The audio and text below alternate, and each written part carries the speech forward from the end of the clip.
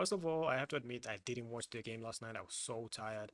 I had a lot of things going on, so I didn't watch the match. But yeah, come on. But it's not like it's Real Madrid versus Arsenal or something, right? It was just an away game versus a small club, no pun intended, against Athletic Bilbao. So I'll be watching the highlights with you guys, and we will be commenting. I'll be watching it for the first time, by the way. I've seen the goals, but there's no harm in seeing them again and watching it with you guys, right? So we're gonna watch along. First of all, we're gonna talk about the results. Here are the results last night. PSV versus UNSG 3-1. Athletic Bilbao, we gave them 2-0. Real Madrid had 2-1 against Marseille. Okay. Mm, looks like they were struggling. Or maybe they didn't, I don't know. But yeah, so I think Benfica, Juventus. This looks interesting. Should we watch this one? Hmm. Um, okay, I think we're gonna try to talk about this too because this looks mad, like looks so interesting, like 4-4, like 4 goals, bruh. We're definitely gonna talk about that. And yeah, I think that's it. Yeah, and Tottenham finally to wrap it up. Finally, Tottenham got 1-0 past Villarreal. I don't know why, but English teams seem to be dominating Spanish teams nowadays. This is not usual, by the way, guys. This is not usual. Spanish clubs used to dominate. It used to be vice versa. Spanish clubs used to dominate English clubs in the UCL. You know, UCL teams, I mean, English teams used to beat every other team from all the leagues in the world, in Europe, I mean. They used to beat PSG, they used to beat mm, Italian clubs, AC Milan, Inter Milan, Juventus, even.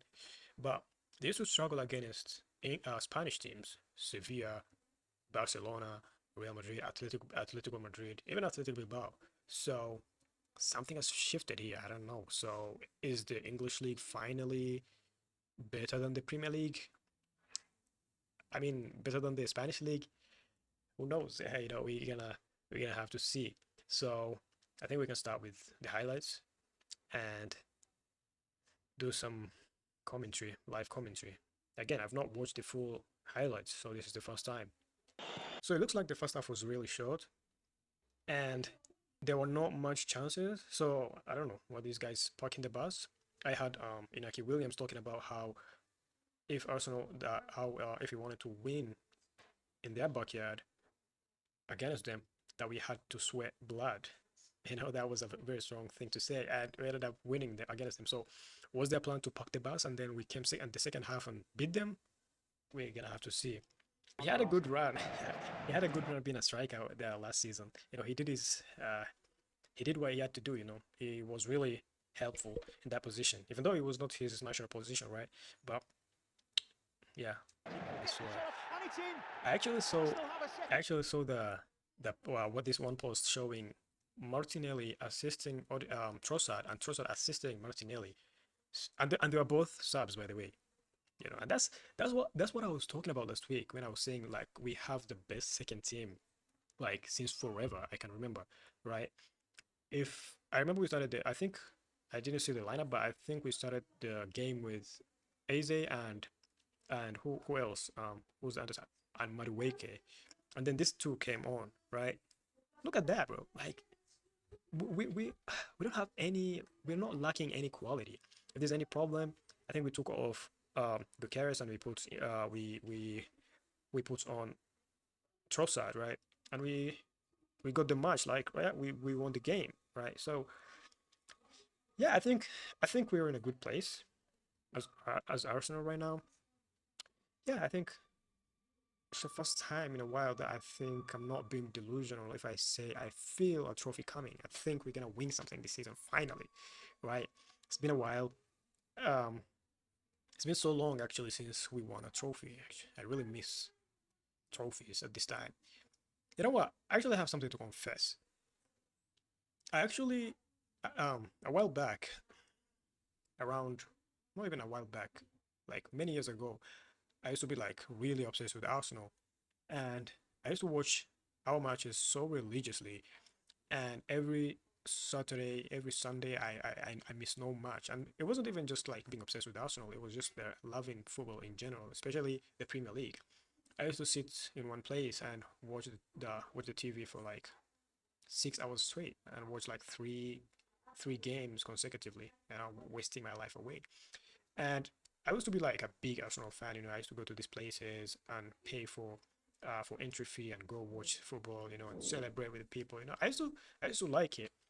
But then again, slowly but surely, it just became really depressing because we got into that Emery era where we were not winning anything, and it was really tough, holding on because hey, those were really testing times. The team was really shitty. Like we were getting beaten left and right. I remember us going like 10 games without a win, maybe one win, two wins, but that was like some shitty performance. It wasn't the level that you would expect a club like Arsenal to be in. And so predictably, I quit watching football. Like not just Arsenal, whole of football. I never went back to watching football until 2020. I think was it 2022, 2023, the season that we were at the top during Christmas, and everyone was saying this is finally like the season that Arsenal is gonna do it. That's the time that I went back. I was like, shit, we might actually do it. And I went back to watching football, and of course, Arsenal ended up bottling it. But that season just gave me so much hope, and I was like, maybe we're gonna do it next season. This is like already better than where we were during post-COVID times. Where we were getting like 7 goals, like five, like we go to places like the Etihad and we just get smashed. Anfield we just get smashed.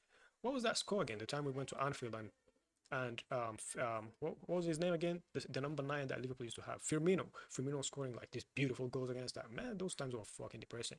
So I remember, I remember like saying, okay, it's gonna be next season. It's gonna be, and I think right now it's been like 2, 3 seasons since then, and I've not won anything. So this is an ultimatum, Mikel Arteta.